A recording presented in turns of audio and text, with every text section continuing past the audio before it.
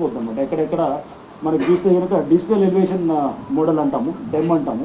అంటే ఆ టైంలో ఎంత ఉంది కాంటూర్స్, ఎంత ఉంది ఆ ల్యాండ్ హైట్, అండ్ ఇప్పుడు ఎంత ఉంది. సపోజ్ ఇప్పుడు దాని మీద గ్రావెల్ తోటి నింపినారనుకోండి, ఒక 10 అడుగులు నింపినారనుకోండి, మనకి ఆ డిజిటల్ ఎలివేషన్ మోడల్లో తెలిసిపోతుంది. అంటే ఈ మార్పులు చేర్పులు ఏమైనా ఉంటాయి కనుక దాంట్లో ఎలివేషన్లో మార్పులు చేర్పులు, అంటే హైట్లో మార్పులు చేర్పులు అని కూడా తెలిస్తే దానివల్ల ఎక్కడెక్కడ మార్పులు చేర్పులు చేశారో దానివల్ల ఎఫ్టీఎల్ మారటానికి కూడా కారణాలు ఏంటనేది, అంటే ఒక పారదర్శకంగా డీటెయిల్ ఎక్సర్సైజ్ చేస్తున్నాము.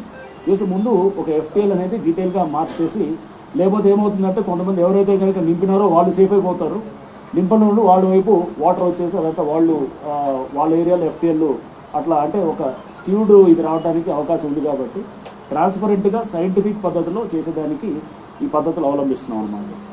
సో నెక్స్ట్ ఇది వేరే శాటిలైట్ ఏజెన్సీస్ తోటి కూడా మేము చర్చలు జరుగుతున్నాయి. అండ్ అట్లానే ఎన్ఆర్ఎస్సి తోటి కూడా డీటెయిల్గా మేము వారితో కూడా సంప్రదిస్తున్నాము. అండ్ నాలాస్ మీద కూడా మన గతంలో కిర్లోస్కర్ అండ్ ఓఎన్స్ కంపెనీ వాళ్ళు చేసినటువంటి రిపోర్ట్స్ ప్లస్ దీంట్లో ఎన్ఆర్ఎస్సి వాళ్ళ నుంచి కూడా సహాయ సహకారాలు తీసుకుంటున్నాము.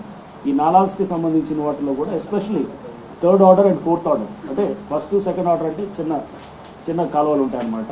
బట్ 3rd, 4th ఆర్డర్కి వచ్చేవాళ్ళు మెయిన్ స్ట్రీమ్స్ ఉంటాయి.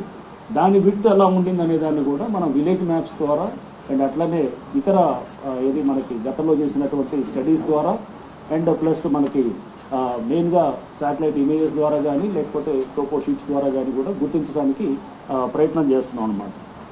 అండ్ దీంతో పాటు చూస్తే కనుక ఇప్పటికి దాదాపు 5,000-8,000 కంప్లైంట్స్ దాకా మాకు రావటం జరిగింది. వీటిలో చాలా వరకు కూడా మనకి ఇది ఎంక్రోచ్మెంట్స్ ఇన్ ఇది ఎఫ్టీఎల్ గురించి కానీ లేకపోతే అనాథరైజ్ కన్స్ట్రక్షన్స్ మీద కూడా వస్తున్నాయి.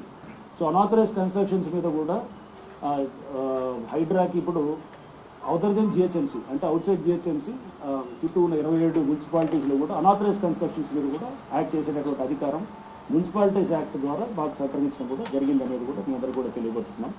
సో దాంట్లో కూడా మాకు ప్రధానంగా అసోసియేషన్స్ ఎవరైనా కంప్లైంట్ చేస్తే, అంటే అక్కడ ఎందుకంటే చాలా చోట్ల వచ్చాయి ఇది, సో మీరు అనొచ్చు ఎక్కడ మనం డిస్క్రిమినేట్ చేస్తామనే దానికి పబ్లిక్ నుంచి వచ్చేటువంటి కంప్లైంట్స్కి ప్రాధాన్యత ఇస్తాము. ఇచ్చేసి సపోజ్ ఆ ఏరియాలో వాళ్ళకి పెద్ద ఎత్తున కూడా దానివల్ల ట్రాఫిక్ సమస్య లేకపోతే అక్కడ వాళ్ళకి అందరికీ ఆ కాలనీ వాసులందరికీ కూడా ఇబ్బందికరంగా ఉంటాయి కనుక వారు ఇచ్చే కంప్లైంట్స్కి ప్రాధాన్యత ఇస్తూ చేస్తాం. అంటే ఒక సమూహంగా ఒక అసోసియేషన్ నుంచో ఆర్డబ్ల్యూఎస్ ఉంటారు, రెసిడెంట్ వెల్ఫేర్ అసోసియేషన్ నుంచి వచ్చేటువంటి కంప్లైంట్స్ వాటికి ప్రాధాన్యత ఇవ్వడం కూడా జరుగుతుంది. అండ్ అట్లానే మనము సాంకేతిక పరిజ్ఞానాన్ని వాడుతూ కూడా మనము వీటిని ఇప్పుడు ఎంక్రోచ్మెంట్స్ని కూడా గుర్తించడానికి చేస్తున్నాము. ఆ సాంకేతిక పరిజ్ఞానం ద్వారా మనకి ఇప్పుడు ఒక బేస్ ఇయర్ని తీసుకొని అప్పుడు ఎలా ఉన్నది అండ్ దాని నుంచి మనకి జూలై 19th నాటికి ఎలా ఉన్న ఎంక్రోచ్మెంట్స్ అండ్ ఆ తర్వాత ఏదైనా యాడ్ అయినా కానీ కూడా మనకి శాటిలైట్ ఇమేజెస్ ద్వారా లేకపోతే మనకి వీటి ద్వారా ఈజీగా గుర్తించవచ్చు. సో దానికి కూడా మనకి శాటిలైట్ కంపెనీస్ తోటి అండ్ అట్లానే రిమోట్ సెన్సింగ్ ఏజెన్సీస్ తోటి కూడా మా చర్చలు జరిగినాయి. దాంట్లో కూడా వాళ్ళందరూ కూడా మాకు సహాయ సహకారాలు అందించడానికి కూడా ముందుకు వస్తున్నారు. అండ్ ఇదే కాకుండా ఈ డెబ్రీ డంపింగ్ ఉంటుంది. పెద్ద సమస్య ఏంటంటే చాలామంది కన్స్ట్రక్షన్ చేసిన తర్వాత తీసుకెళ్లి చెరువుల్లో పడేయటము, రోడ్లు పక్కన చేస్తున్నారు.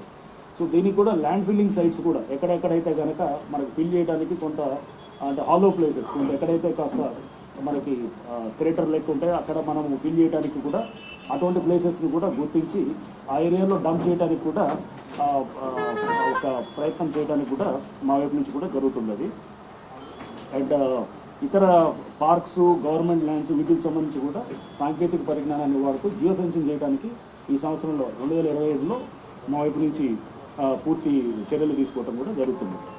అండ్ లేక్స్ రిజ్యూనేషన్ మీద కూడా చాలా వరకు అంటే హైడ్రా అనేది కేవలం ఇది దాన్ని ఒక రాంగ్ దీనిగా తీసుకెళ్ళి ఓన్లీ ఇది డెమాలిషన్స్ కోసం అనేటటువంటి ఒక మిస్కాన్సెప్షన్ అనేది ఒక ప్రజల్లో ఒక రకమైనటువంటి చెడు అభిప్రాయాన్ని క్రియేట్ చేయాలని కొంతమంది చేస్తున్నటువంటి దాన్ని మేము హైడ్రా తరఫు నుంచి ఖండిస్తూ మేము ఇప్పుడు హైడ్రా అనేది త్వరలో మీరు చూస్తారు చెరువుల పునరుద్ధరణలో కూడా భాగస్వాములు అవుతున్నాము. సో దాదాపు 12 చెరువులు కూడా అవి తీసుకోవడం జరుగుతుంది. దానికి సంబంధించిన ప్రపోజల్స్ కూడా గవర్నమెంట్కి ఇవ్వడం జరిగింది. సో ముఖ్యమంత్రి గారి ఆదేశాలు రాగానే దాన్ని బట్టి మేము ఫర్దర్గా ముందుకి ఈ చెరువుల పునరుద్ధరణ తీసుకోవడానికి కూడా మా వైపు నుంచి పూర్తిగా మేము దానికి కావాల్సినటువంటి డిపిఆర్లు కూడా అన్నీ కూడా రెడీ చేసుకుంటున్నాము. సో నెక్స్ట్ డిజాస్టర్ రెస్పాన్స్లో కూడా ఇప్పుడు చూస్తే కనుక దాదాపు 30 డిఆర్ఎఫ్ టీమ్స్ ఉన్నాయి. సో దీన్ని ఇప్పుడు గవర్నమెంట్ మాకు